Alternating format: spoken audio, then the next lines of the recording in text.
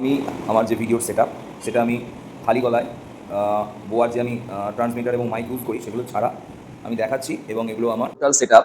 এখানে একটা square light আছে, এখানে একটা টেবিল ফ্যান, এটা আমার একটা ট্রাইপড রাখার একটা বড় টেবিল আছে, এখানে আমার দ্বিতীয় স্কোয়ার এলইডি লাইটটা আছে, এটা অ্যামাজনে কিনেছিলাম। আর উপরে পাখা চলে, এখানে টেবিল ফ্যান, আর এদিকে একটা 20 ওয়াটের টিউব আছে, এদিকে একটা 40 ওয়াটের টিউব আছে। আর এইটা হচ্ছে আমার টেবিল ফ্যান আছে উপরে একটা, এটা 40 ওয়াটের টিউব। এটা আমার হোয়াইট বোর্ড, আর হোয়াইট বোর্ডের ঠিক লেফট সাইডে একটা 40 ওয়াটের টিউব আছে, আর ঠিক হোয়াইট বোর্ডের একদম অপোজিট সাইডে একটা 40 ওয়াটের টিউব আছে। এই হচ্ছে আমার টোটাল সেটআপ।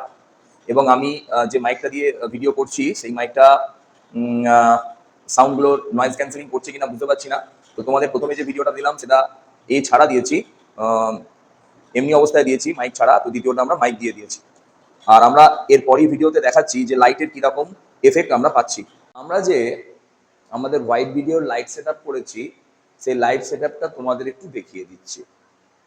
প্রথমে আমি আমাদের যে বোর্ডের ওপরের লাইট সেই লাইটটা জ্বালাচ্ছি, এটা ফার্স্ট লাইট।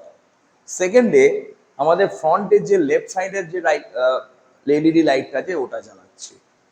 এরপর রাইট সাইডে একটা এলইডি লাইট আছে, ওটা আমরা তলা থেকে দিয়েছি, সেটা আমরা জ্বালাচ্ছি।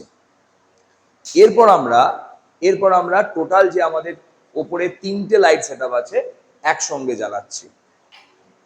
এবার তোমরা দেখো যে আমাদের লাইট সেটআপ ঠিক আছে কিনা।